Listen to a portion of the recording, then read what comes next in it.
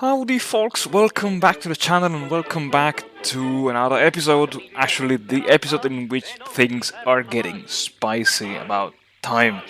So in case you ever, let's say, want to reproduce or try my strategy, always remember to have, let's say, your air force ready by the time you plan to declare war against the British. Otherwise, you will end up doing like I did, so to just procrastinate even more my entry into the conflict. So, interestingly, one difference that I noticed compared to the Total War mode is that as soon as Italy joins the Axis, there is no immediate joining in the conflict as well. And this I didn't know it, and this turned out to be a rather interesting surprise because by doing so, by joining the Axis, I could have, I could, yeah, I could unlock the focus to learn from the Wehrmacht, which gave me an additional extra research slot for tanks and I think land doctrines.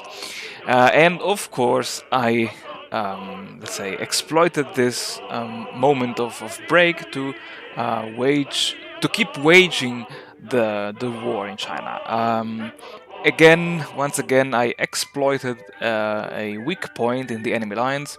I pushed my motorized divisions forward, and as you may have seen right now, my divisions got stuck again against the newly formed Chinese lines. And maybe this was my mistake. I dissipated the offensive on three different tiles.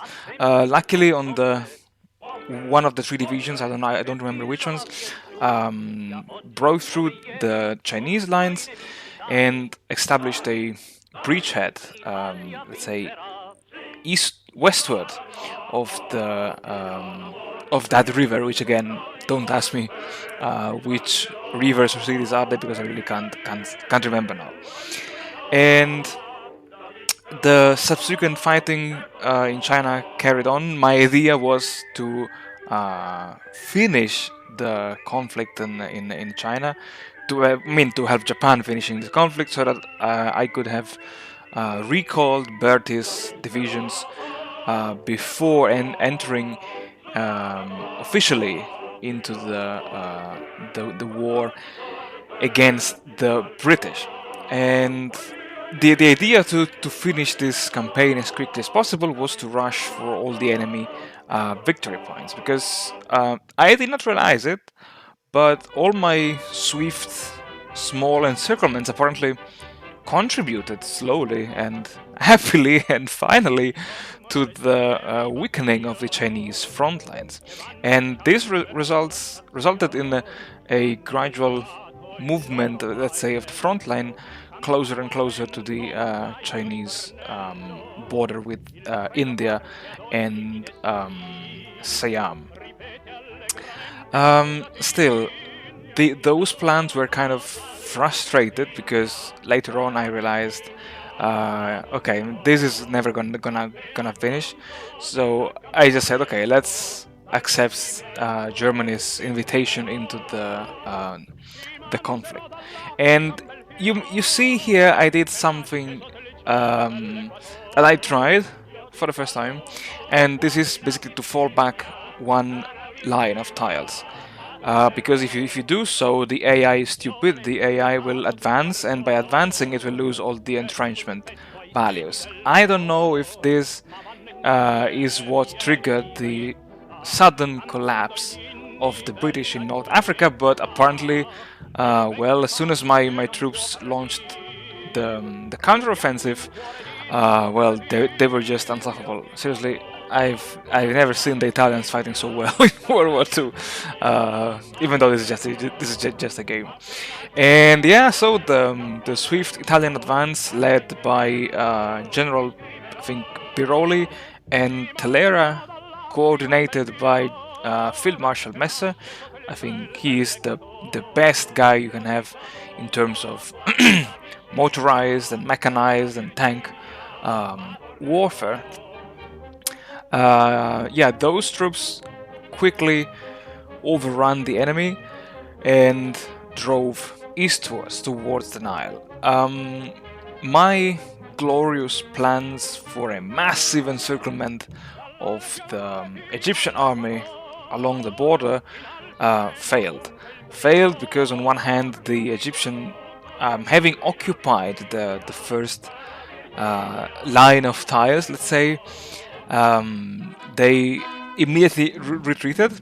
And second, as soon as I reached El Alamein, I realized that I just had too many divisions in the front line and I could not supply them properly. So I had to divert all of Telera's armored, well, most of them, armored divisions eastward again because of supply issues. And with just, let's say, the motorized divisions of General Pirolis, I decided to launch a second attempt, this time also reinforced by an extra wing of light fighters, because, you know, having air superiority in Black Eyes really matters, just like in the Total War mode. And yeah, so the Battle of El Alamein, fought in the winter of 1941,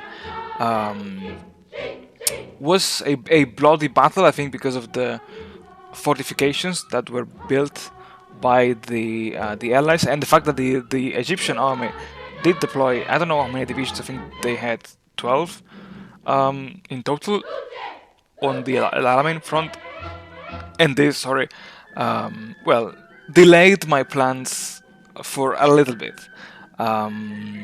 They delayed them, but they could not stop the unfolding of the general events, which were basically linked to the collapse of the Egyptian army. And luckily, let's say, luckily for me, but sadly, because of the way the supply system currently works before the Barbarossa patch update, my motorized divisions managed to capture the port of Alexandria intact. And, you know, having an level 8 port greatly enhanced my supply situation. And having seen that, I was like, okay, it's time to bring forward the armor. And slowly the Italians grinded their advance eastward. Having seen that some enemy divisions on the other shore of the Nile were in bad shape, I pressed forward by manually clicking, you know, to go forward. And as you can see now, I succeeded in crossing the River Nile and establishing a deep breachhead on the other side. The plan was very simple now. With these 4 motorized divisions, the idea was to spread as much as possible and cut off the Brits and Egyptian divisions in the peninsula of something. Yeah, in that peninsula there. And yeah, so this actually turned out to be easier than expected. At least the crossing of the River Nile and the advance into the Middle East. The motorized divisions just kept advancing eastwards. I had to manually play around with them because in some areas they just stopped for whatever reason. And having realized, oh crap, I don't have any air force, I also brought my planes forward. Because I honestly don't like the way the AI manages the air wings if you just attach them to the individual armies. I still prefer to single-handedly manage my air wings. And I don't know if I said it. Yeah, exactly.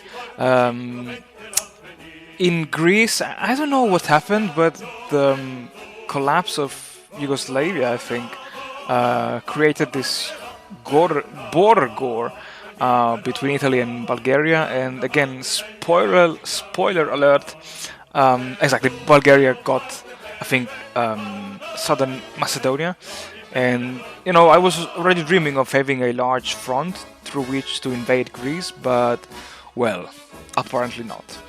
And yeah, with the collapse of Lebanon, of Transjordania, and whatever country is that fighting in the Middle East, I decided to take a break and to rethink at my strategy. And yeah, I think based on what you are seeing now, you can imagine what will be the main topic um, of the next video. As always, guys, thank you very much for watching. Thank you very much for supporting my channel. I love your comments. Keep writing them down. And well, take care and see you all very, very soon.